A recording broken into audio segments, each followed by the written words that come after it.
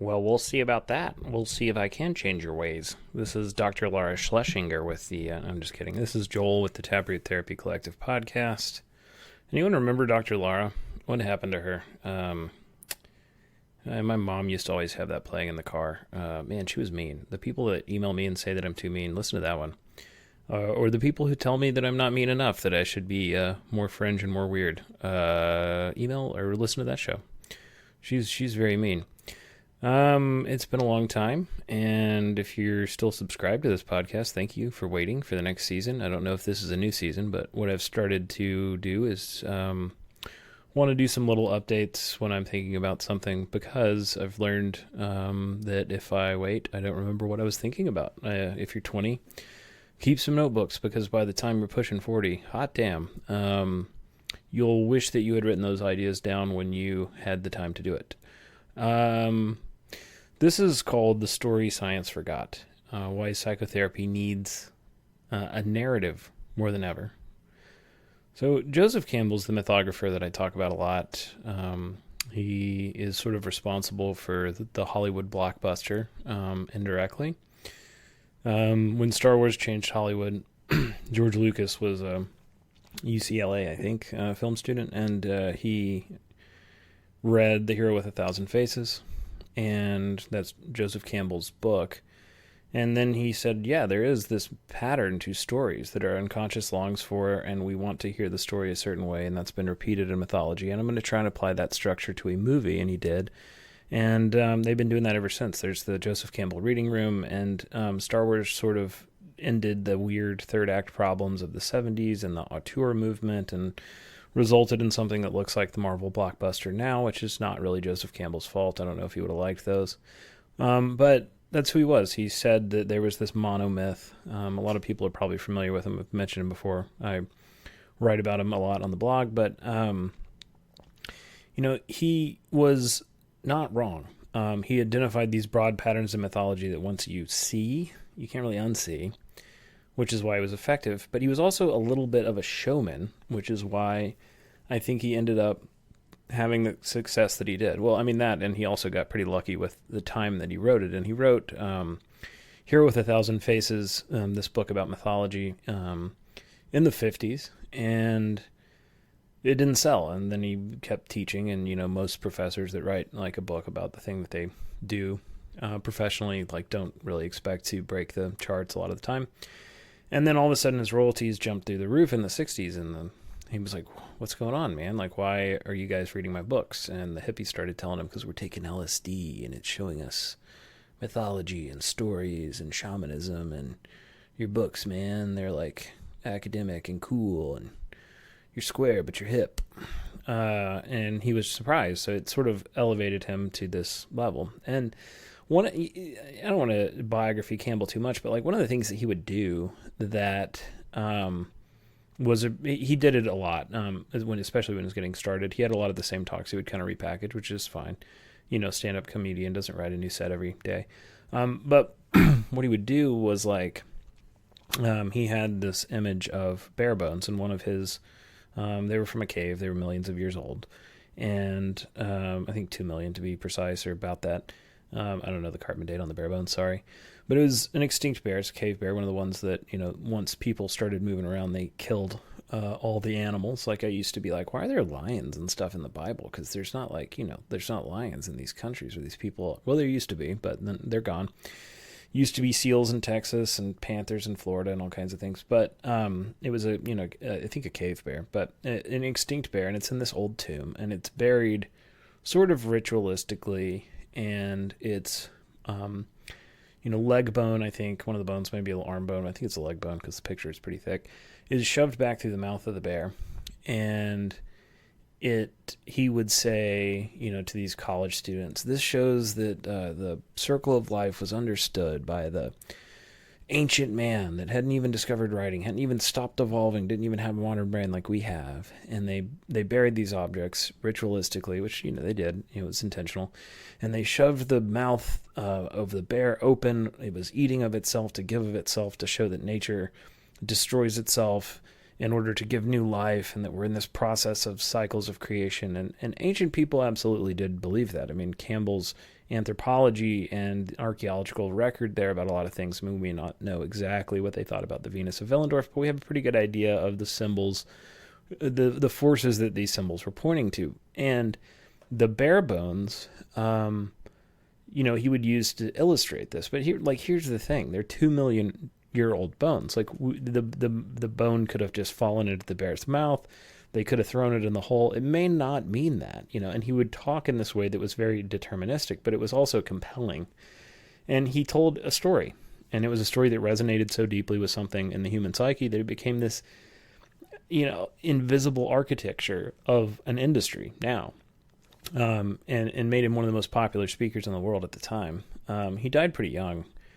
I wonder what would have happened to Campbell sometimes, because a lot of the male Jungians tend to kind of go mad. They don't age well. They get kind of weird by the end of their life. And I worry about that with myself. I talk about James Hillman a lot, but I'm digressing here. So, Campbell didn't know that he was objectively right about those bare bones, but he was pointing at something that was real about humans make meaning. So it didn't really matter if the person who put those bones in the ground 2 million years ago had the exact same thought process that Campbell was saying, because he was using it as a piece of evidence to kind of gesture at a story and a bigger truth than whatever this caveman was thinking when they put that there. And that story that he told about making meaning was more powerful than any peer-reviewed paper. And it connected a lot of people to depth psychology in a way that probably let depth psychology survive in a way that it wouldn't have if it hadn't overlapped with the culture, because there were all these fresh recruits, the people that are obsessive, that they watch Star Wars, and then they want to learn about the mythology that Star Wars was based on, and then they want to look at the people that Campbell's pointing at, and they come across people like Jung and other mythographers and anthropologists that are in the depth psychology space.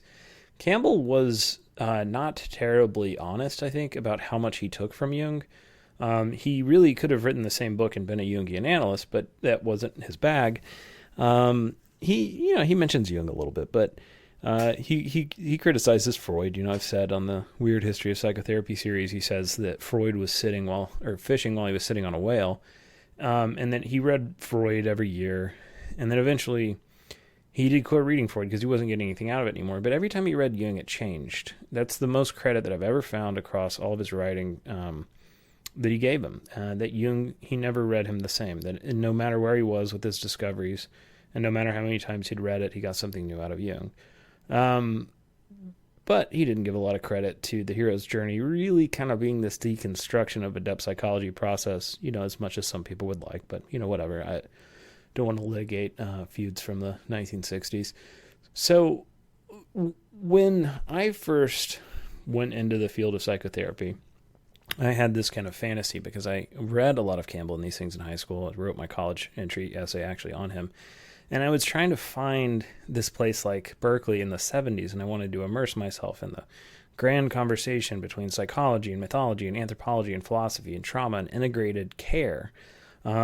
And I imagined something like the Eastland Institute in the 1970s, because I had read about it, and I didn't know as a high schooler that the world was the way that it was now. And, Fritz Perls developed Gestalt therapy and so much stuff. I don't want to get lost in the history here. But these researchers and clinicians and mystics, they sat together in hot springs, and they argued about the nature of consciousness at Eastland. And, those places barely exist anymore.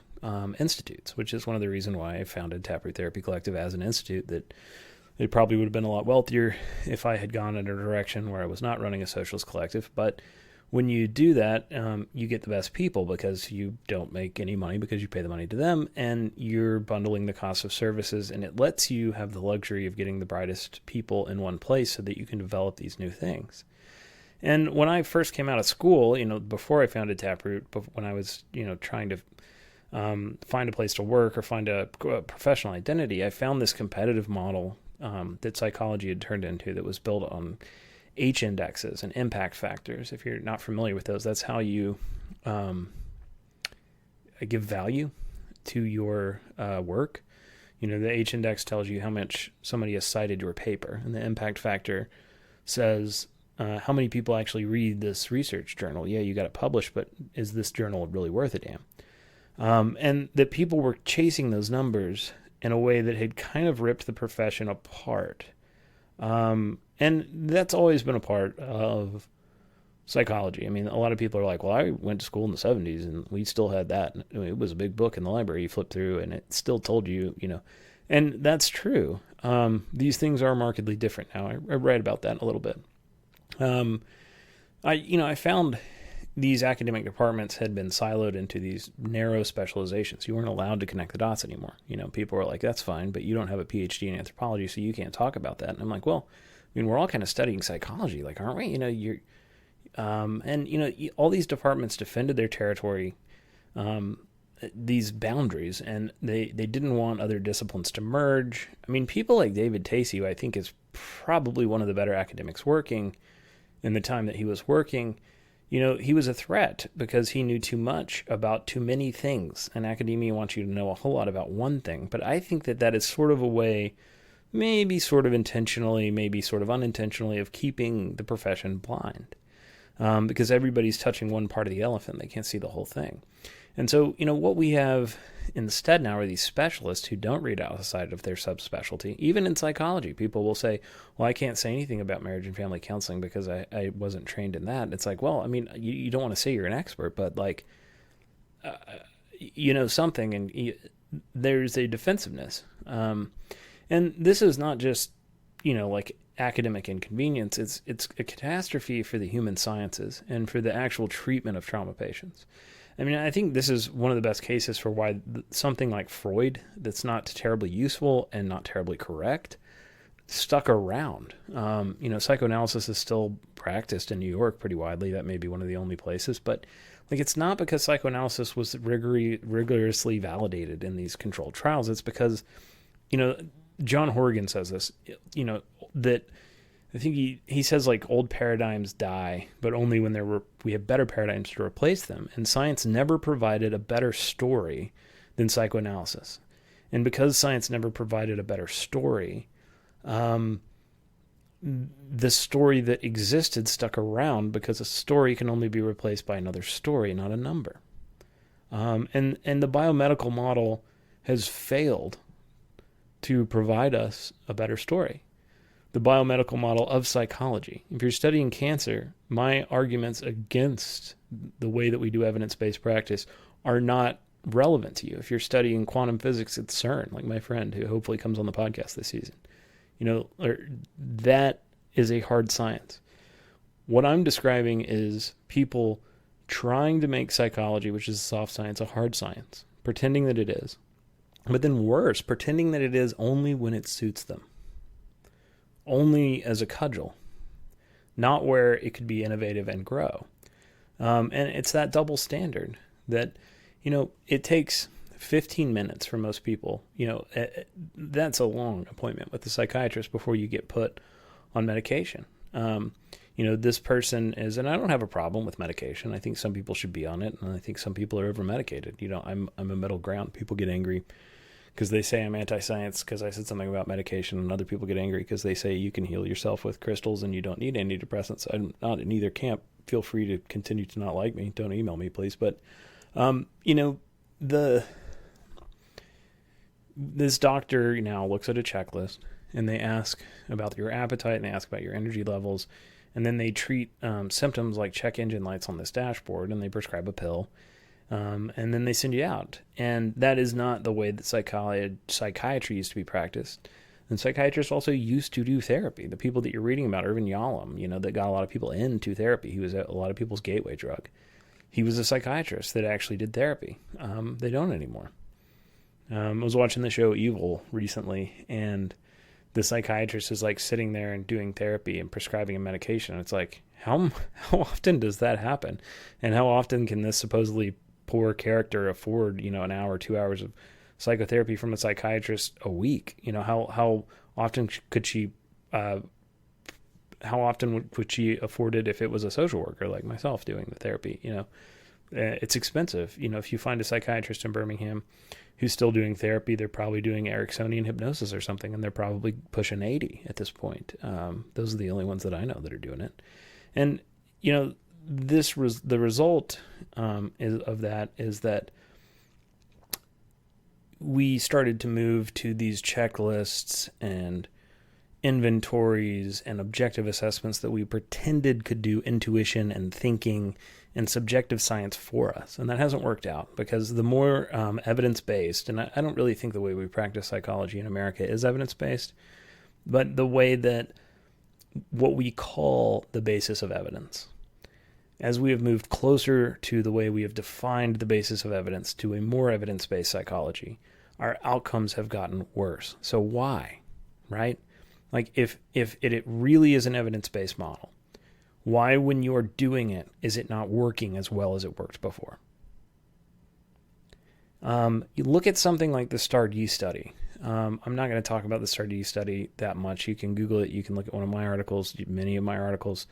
But, that was a study that, it was a meta study. So it was like a pilot study, and then all of this other data was drawn from it. And the way they stack these things, if the initial thing was not right, then the $1 billion of research you spend on other studies following the initial study all are bunk.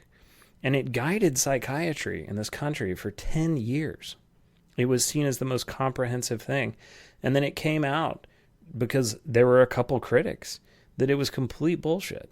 That they were covering up in the thing that mugwort or St. John's wort or something had like a better outcome than Wellbutrin.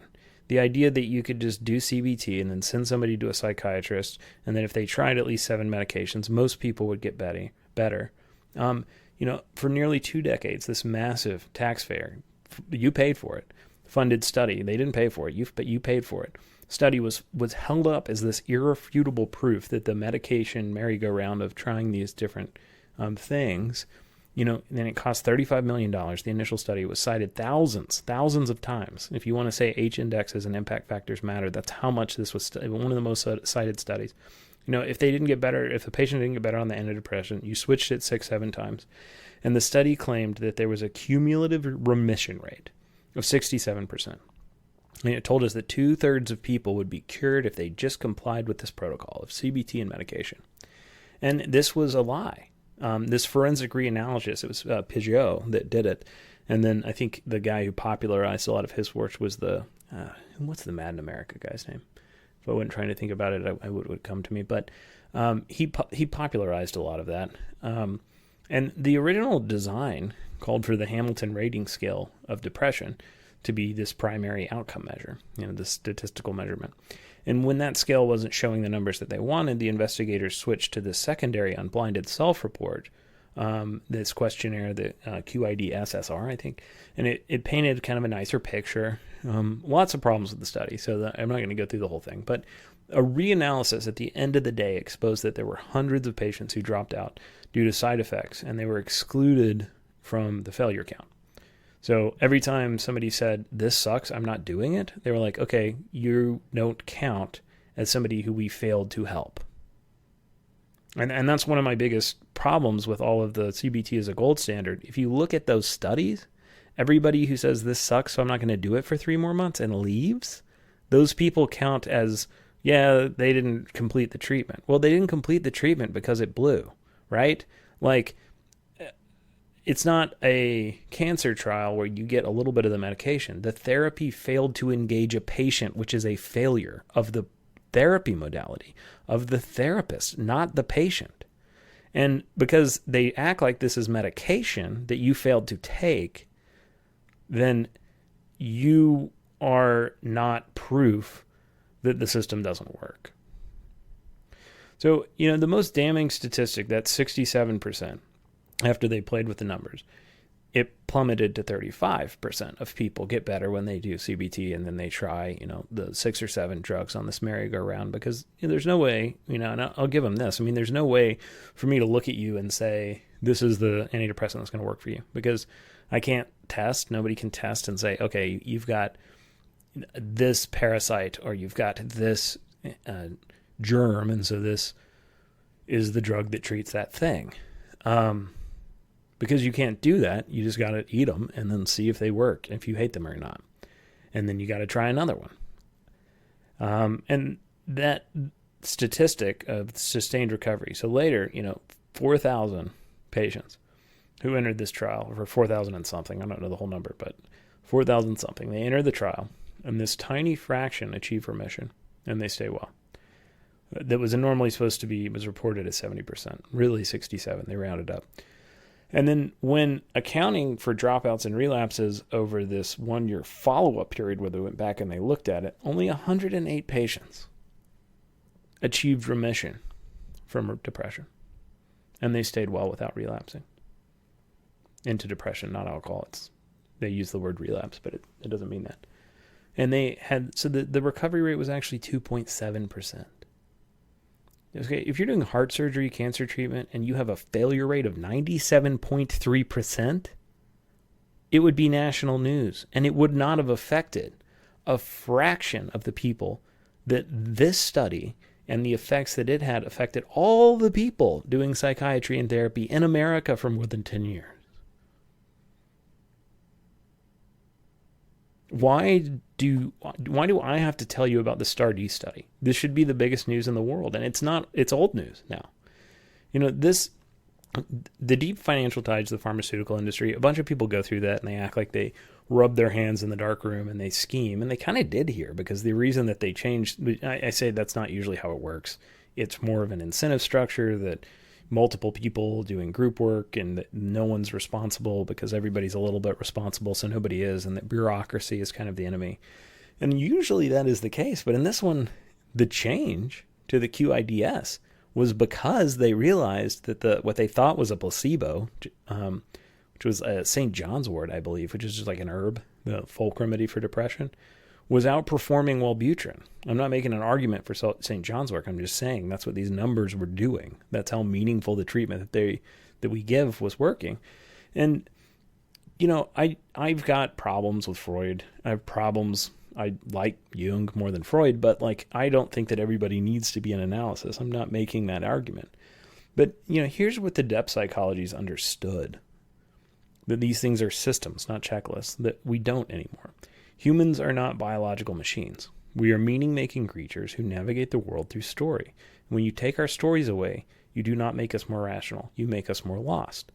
One of the biggest criticisms of Jungian therapy or depth psychology is this is just literary criticism that's dressed up to be called therapy. And my answer is yes, it kind of is. It's helping you make sense of yourself, which is something that humans can't function unless you do. And that's why it works. And it's also why people who are, lay serious don't want to take it seriously, because they think that we're supposed to be mental health technicians, that therapy's supposed to look the same for everybody, that they're insecure without a formula that says when the patient says this, you say, okay, let me identify the cognitive distortion out of the checklist of 30. Here's the cognitive distortion. Now I need to pick one of the 4 interventions that works for this cognitive distortion. Okay, thought blocking. I'll prescribe that now. And that's horseshit. It's not good therapy. The Flock of Dodos section in the book, The Ghost Lab, we interviewed Matt Hungoltz-Hetling twice. He's a buddy of mine. He's a nice guy. And he quotes a study where a neuroscientist, is saying in a publication that he finds is pretty old, that academic science has become this flock of dodos. That and he's not calling them dodos like they're stupid. He's calling them dodos like they're going to go extinct. He says that we're not communicating the science well to people, and that we're not making the science a story. We're not making it a narrative. We're not letting the numbers tell a story. In order to take them seriously, we're kind of stripping them of meaning, and so no one is taking it seriously. And they're pivoting to pseudoscience. And they're pivoting to folk remedies, and the economy gets worse, and hell, I can't afford therapy anyway. But I'm not really good at admitting that I can't do anything about my situation because I'm a human, and so I'm going to project causation on this thing that doesn't work. And one of those primary functions of a subjective narrative in an objective field like psychotherapy is that it lets us start with things that we consider self-evident, right? things that we don't need to do a study to determine because we can just all agree that they are true.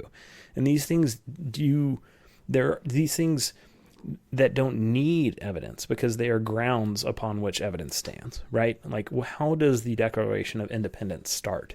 They say we hold these truths to be self-evident. These are our values. Men are created equal. Men are created free. You should be able to pursue happiness. They don't say, well, the pursuit of happiness and the freedom of men and the equality of men is, we did a double-blind randomized controlled trial and we think that it's a good idea because it results in these effects. They don't say it makes people more money if they do this. They just say this is the reason that we're starting this country. Because these things are true. And you can say, well, what if that's delusional? Well, I think that you run a greater risk of making masses of people delusional when you don't have self-evident truths. Because most people agree on things that are self-evident that are uniting. And the things that are fringe and weird often, most people don't agree with. And the biomedical model has no way to accommodate these self-evident truths because they're not measurable. You can't run a randomized controlled trial on human dignity. Martin Heidegger understood this, and he warned that science and technology were becoming self-justifying systems that asked only whether something could be done and not whether or not it should. We're watching this play out right now with large language models and AI. The tech industry is boiling seawater and consuming enormous amounts of our resources to build these huge systems. And the AI boom is a bubble. The AI boom is a bubble. It's going to pop. It's probably going to leave Google with Gemini and then some self-hosting models and some super expensive stuff for state actors and maybe corporations. But you're not going to have cheap ChatGPT in 10 years, man. Like, you're not.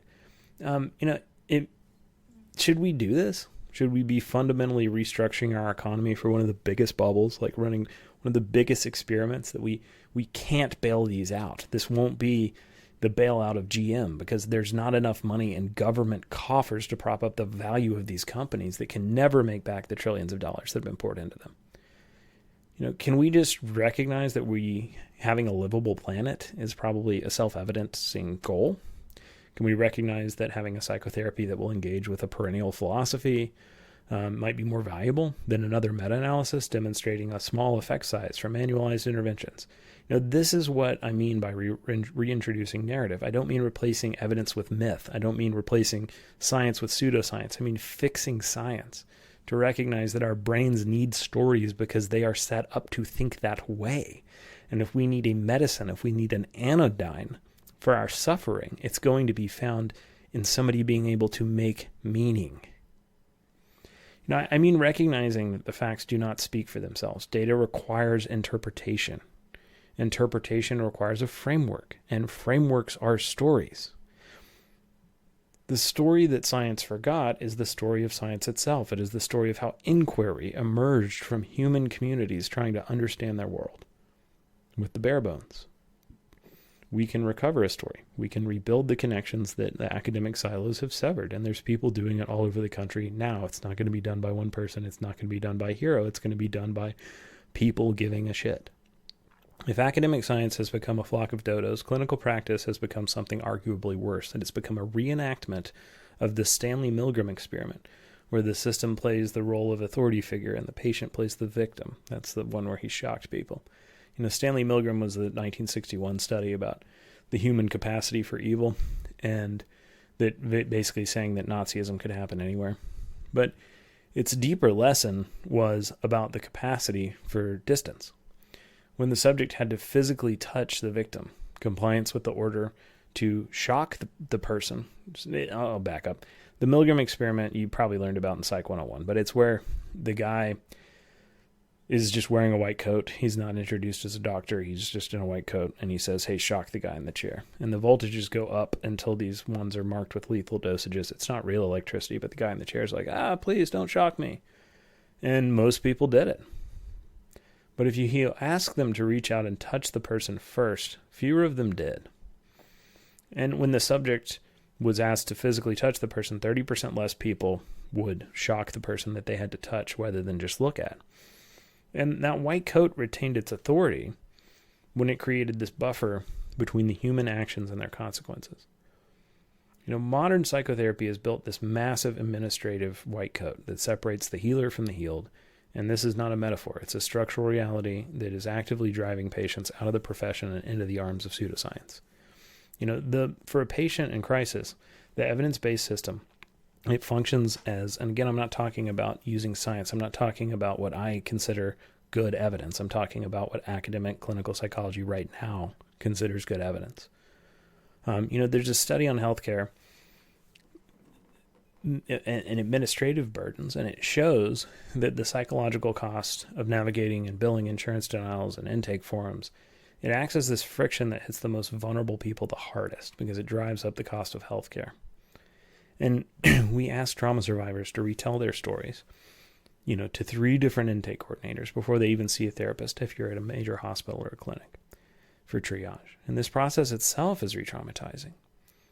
And when we finally reach a provider, they're often met with this biomedical gaze, which is a checklist-driven assessment that reduces their complex narrative of suffering. I can't hear it. It reduces it to a code for billing.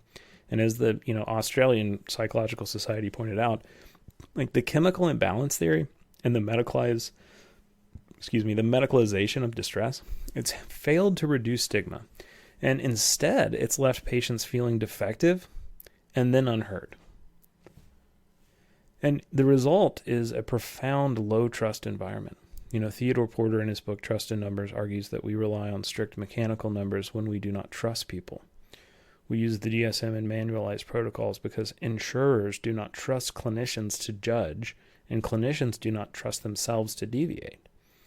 And this creates this fundamental schism that happens that explains why the profession feels like it's cracking in half. On one side, you have the academic researchers who are incentivized by grant funding and publication metrics. A lot of times, the way that colleges promote you and tenure you and give you a price point, a salary, is your ability to get cited, which results in these giant meta-analyses that are completely useless. But they're going to get cited a lot. And it's like content, what we're publishing in academic psych now, a lot of it feels like content written for a search engine, but not for a human. Like one of those pages you click on and it answers your search query and it's top ranking. But when you actually read it, it's just kind of like word salad because they're trying to deal with so much data that somebody else has to cite them. And then that becomes what the incentive structure is promoting, not real psychology. And, to get these rewards, they must isolate variables and create reproducible manualized protocols.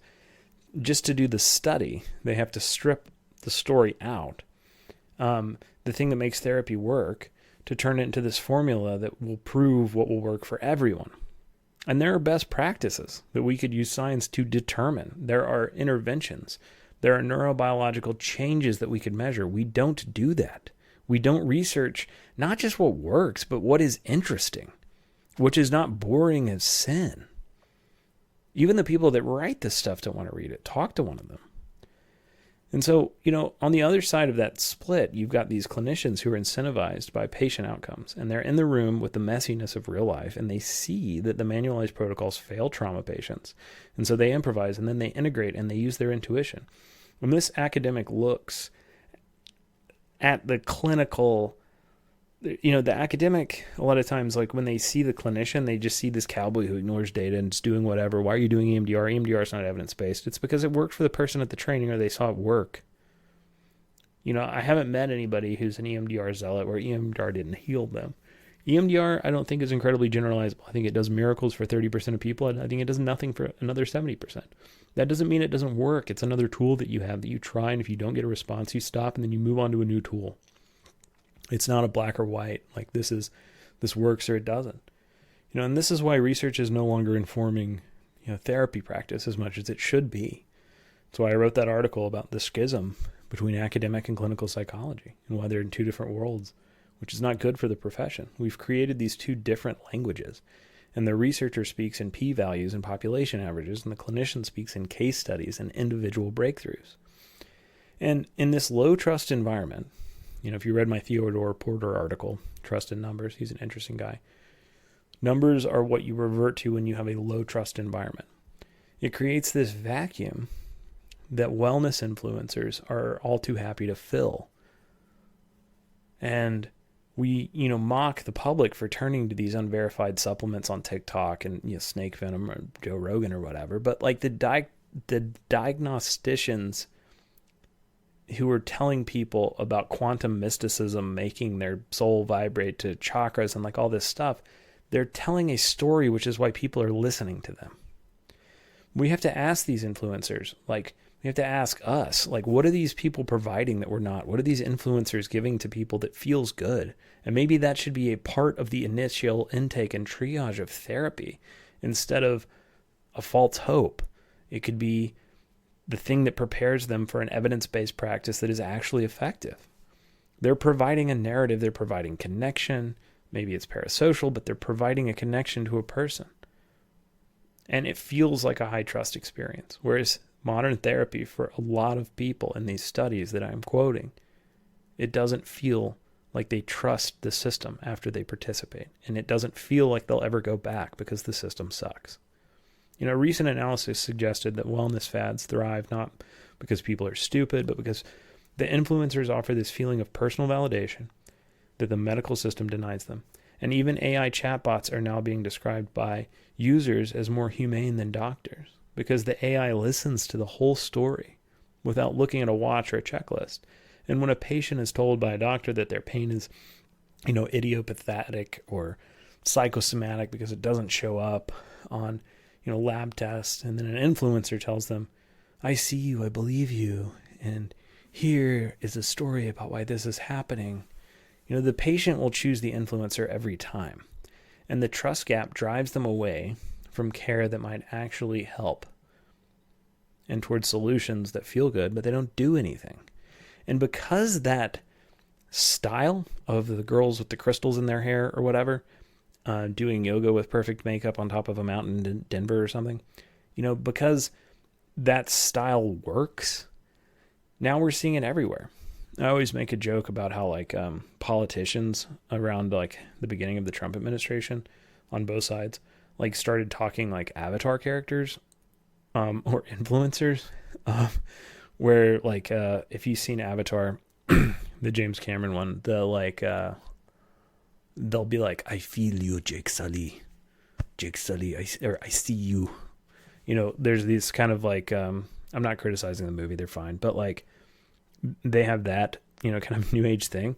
And then at the beginning of this administration, there was Nancy Pelosi and Katie Britt both looking into the camera and being like, we see you, we feel you, Americans. And it was like, whoa, dog, don't feel me. Okay. Pass Medicaid for all or build roads or schools. I don't need validation from y'all. But I think that that's the reason that the culture is moving towards that style, which is not good. And this leaves this ethical psychotherapist, I'm not saying I'm ethical, but the ethical psychotherapist. I'm ethical, but I wasn't just talking about myself. I'm saying it leaves this person who is trying to be an ethical psychotherapist that wants to broadly follow the science and try and interpret it, but then also figure out things that work in the room and where manualized therapies don't and deviate from them. They're forced to participate in the system where, we know that it's alienating the very people we're trying to help. And we're trained to value the therapeutic alliance or the bond of trust above all else. And yet we work in the system designed to sever it with paperwork and time limits and insurance remits that don't pay because the system's not clear. Do you know how easy it would be to make an app tomorrow where you walk into a clinic and it's like, oh, we see you're on this site, but you don't have prior authorization here. Your appointment's at 5, or, oh, here's your insurance app just showed you 6 psychotherapists in the area. And these are the people that take your insurance and here's their availability. That app could be done in 2 minutes. The reason it doesn't exist is because if you're afraid because you've had this bad experience before, and insurance billing is a complete nightmare where the provider can't even tell you, what your insurance benefits are, which is the position I'm in all the time. And so I tell people, call your insurance company because it's legal for them to lie to you. It's illegal for them to lie to you. It's not illegal for them to lie to me. And so they will. And when I call and I wait in line and I get this information, a lot of the time now it's wrong. And the person's mad at me and I'm just telling them what their insurance company told me when I gave them the benefit. But they can do that, and they're not on the hook for it when they make those mistakes. It would be incredibly easy to simplify this process. They don't simplify it because they don't want it to work, because they want you to be afraid, and they want it to be complicated, because the more that you are afraid and the more that it is complicated, the less likely you are to jump through all of the hoops to get them to pay for the money that they owe you and the treatment that you need. That's why it's hard. If we want to stop this exodus and we want to heal the split, we need structural change. We can't just hope for better insurance reimbursement. We need to change what we consider valid science. And we first have to re-legitimize the system of a person. Get rid of checklists and understand these things as processes. Because of my website, I have to do all this SEO. One of the worst things that's search engine optimization. And there's schema markup and code and all the stuff that I wish I never had to learn. But now that I know it, like, the worst thing that you can do is be like, what are the top 10 things I have to do for my website? What order do I need to improve my website? Check, check, check, check, check. Because it doesn't work. Google won't see it. You can do all those things like a checklist. You have to understand them as parts of a system that are balancing each other out, that have trade-offs, that have an effect on each other. And the human mind works like that too. We have to replace those checklists with aggregated data of those randomized controlled trials. We need to bring back qualitative, not quantitative study. And we need journals that publish rigorous, detailed accounts of what actually happens in the room when a patient gets better.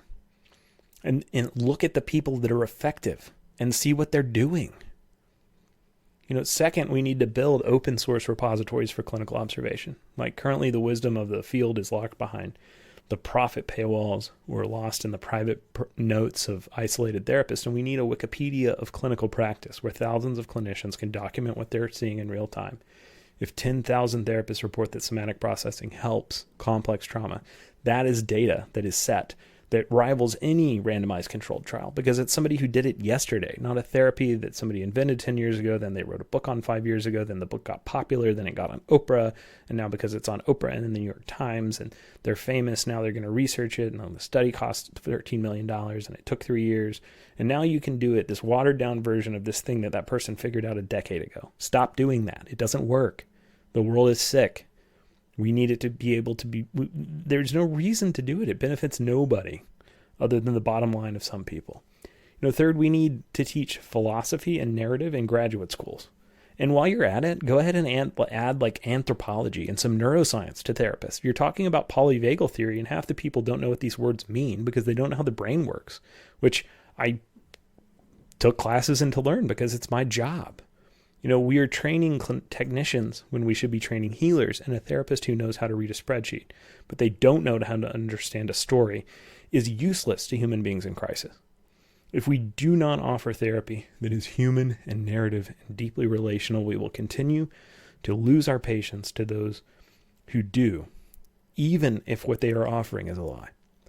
And we often treat mathematics as if it was this bedrock of reality itself, like the real stuff was a number. Numbers represent reality. They are the mirror. They're not the thing. The thing speaks for itself. Numbers are a way of recording it imperfectly. And we act as if a p-value is a piece of the universe, like a rock or a proton. But we have to remember that math is not the thing itself. It's a representation of the thing. It is a map. It is not the territory.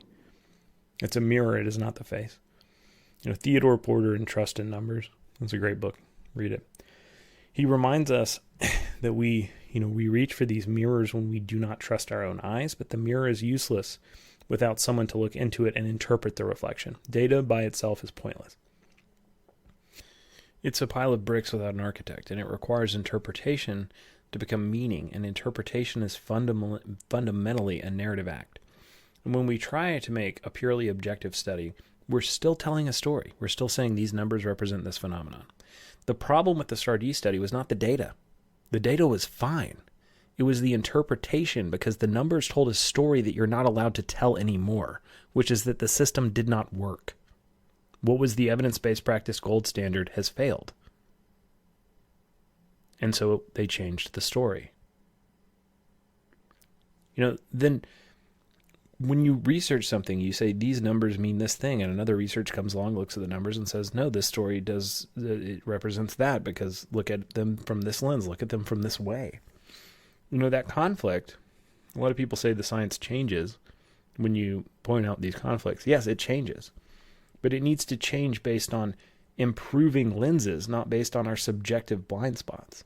Because the problem with not having a story, by pretending like, oh, we're just going to be a flock of dodos and this is for experts and we're just going to look at numbers and data because we're evidence-based creatures, we're logical beings, we're not emotional beings that sometimes have logic, we're logical beings that sometimes have inconvenient emotions. The problem with that conception is that you don't see the story that you're telling, which is the problem with academic psychology right now.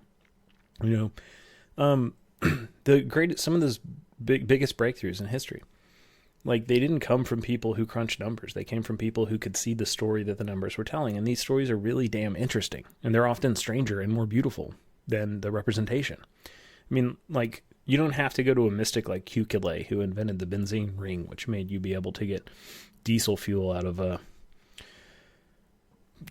charcoal, basically, which is why diesel fuel took on. I'm not going to go through that, but yeah. Look up how GM and Ford... Henry Ford, being super racist, like, sort of let the Nazis happen because they gave a lot of the information on how to get charcoal out of diesel fuel to the Nazis because I don't know, they liked Nazis, and part of that is the reason why World War II was ever able to happen, since Germany had no oil until you taught them how to make it out of charcoal. But Kukule discovered that in a dream. And when you look at the Ouroboros, he saw the Ouroboros, the snake eating its own tail, the infinity symbol, and then he started thinking about molecules and what the snake was telling him. And then he realized, oh, this is what the molecule is doing. It's an interchange, and you can affect that interchange, and you can synthesize, coal from oil because they have this same structure and something else goes here. The data didn't lead him there. And you don't have to go to the mystics. I mean, look at quantum physics. Like, the raw math of all of quantum mechanics is never somebody who gets to the math and then, they hit a hole in the math. Like, that's how you get some theories that kind of patch holes in these numbers. But when you have physicists like Schrodinger or Werner Heisenberg, when they look at data, they see this story about uncertainty. That the cat is both alive and dead because the particle hasn't been observed. They didn't calculate, they interpreted. Einstein and Oppenheimer. Einstein said when he's discovering relativity, well, what if there's a guy in an elevator and the guy in the elevator is going straight up? Newton says that gravity is like a force, and that movement and inertia is this force that acts universally. And never changes like gravity or like light, but I don't really think that. What if a light beam's hitting the guy and he's moving up in this glass elevator in space, and then a hand comes out of nowhere that's giant, it grabs him and jerks him to the side? I think that there would be, a recoil dynamic, so that doesn't mean that momentum is this straight force like Newton thought. It means that space itself has a shape, and that gravity and velocity are in this relationship, that when you move space quickly, empty space, it takes a minute to change and bend. Like, he saw that in his mind. He didn't like math.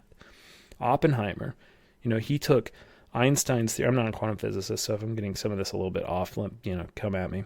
But Oppenheimer, from what I understand, he just took classical physics to the most extreme breaking point, where he said, what if there's a singularity where you compress everything down into one tiny atom? What if, there's the end of velocity? What if there's the end of space?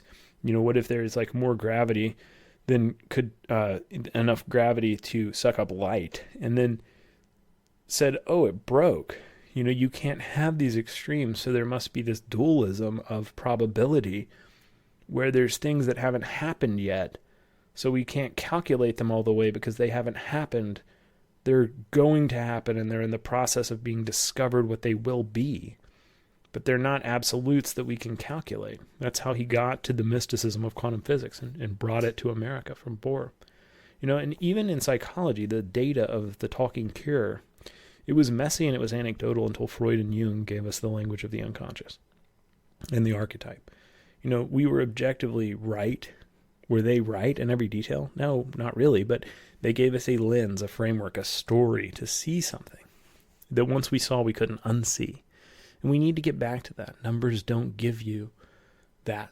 And And that allowed us to navigate this chaos of the human mind, and they provided this map that allowed us to enter a territory. And we've spent the last 50 years trying to strip this storytelling capacity ever since CBT, ever since the Reagan and Thatcher revolution. Ever since the insurance company, ever since the corporatization of colleges that are supposed to train people. We've stripped the storytelling capacity out of our profession in this misguided attempt to be taken seriously by the hard sciences or treated like one, which I don't think should be the goal of psychology at all.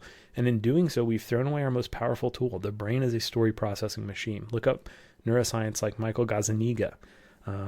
Look up people like Carl Friston. The brain is trying to understand stories based on past data that will happen in the future, and where those predictive metrics are wrong, it causes a problem until we understand the story that got the predictive mechanism there, pick the predictive mechanism apart, and then teach you to predict differently. That would be Friston's neuroscience work. You can read about him on the gettherapybirmingham.com blog if you want. And, Gazzaniga saw these kind of layers of conscious story and awareness that were competing. And those things, neuroscience, cognitive science, is more friendly to the idea, which is a harder degree to get, by the way, and a more respected one than social work or clinical psychology. They're more open to the idea that the brain is a story-making system that has to be dealt with narratively because it prefers that structure and recreates it than clinical psychology. Just because of insecurity, just because we can't look at numbers that tell us that the way we've always done it is wrong. When we see the numbers tell us that story, we figure out another thing that they must mean, because that can't be true. Is that evidence-based? We have to be brave enough to look in the mirror again, and we need to be brave enough to look at the data, whether it's the 2.7 recovery rate of the STAR-D, which, when they were like, oh, the study's bad, somebody messed up, nobody published that and got it on the news, one. But two, nobody was like, hell, 2.7, that's really bad. That wasn't the story.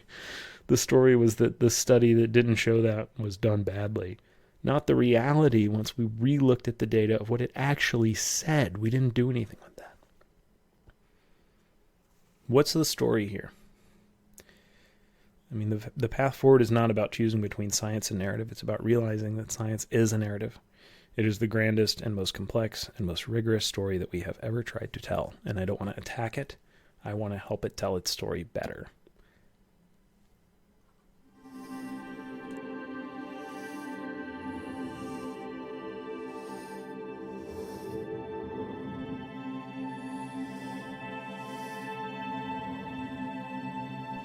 Hey guys, thank you so much for listening. I really appreciate it, and it would be a huge service to me if you are interested in the market to check out Hardy vitamins. GetHardy.com is their website, and use offer code TAPROOT to check out. That's only if you need it.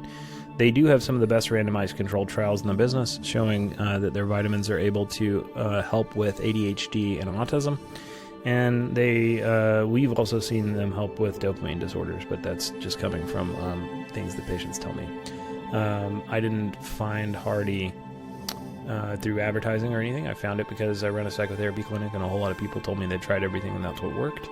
And we had them on the podcast. There's one with them way back if you want to listen to it. But we would appreciate it if you use offer code TAPROOT and check out at hardy.com or gethardy.com. They worked for me. My wife was afraid that I was going to be Alex Jones and selling vitamins on the radio. And then she tried them and was like, oh, wow, these are really helpful. And I wasn't really expecting anything. I actually didn't buy them. I told patients that patients told me that they worked. I did the podcast with Hardy. And then Hardy, I looked up their research after I heard about it from patients. And then I got a box of Hardy in the mail, and I took it because I take vitamins. And I kind of noticed a difference with these, so I don't know if they work for me. Hopefully they work for you. Thank you for your time.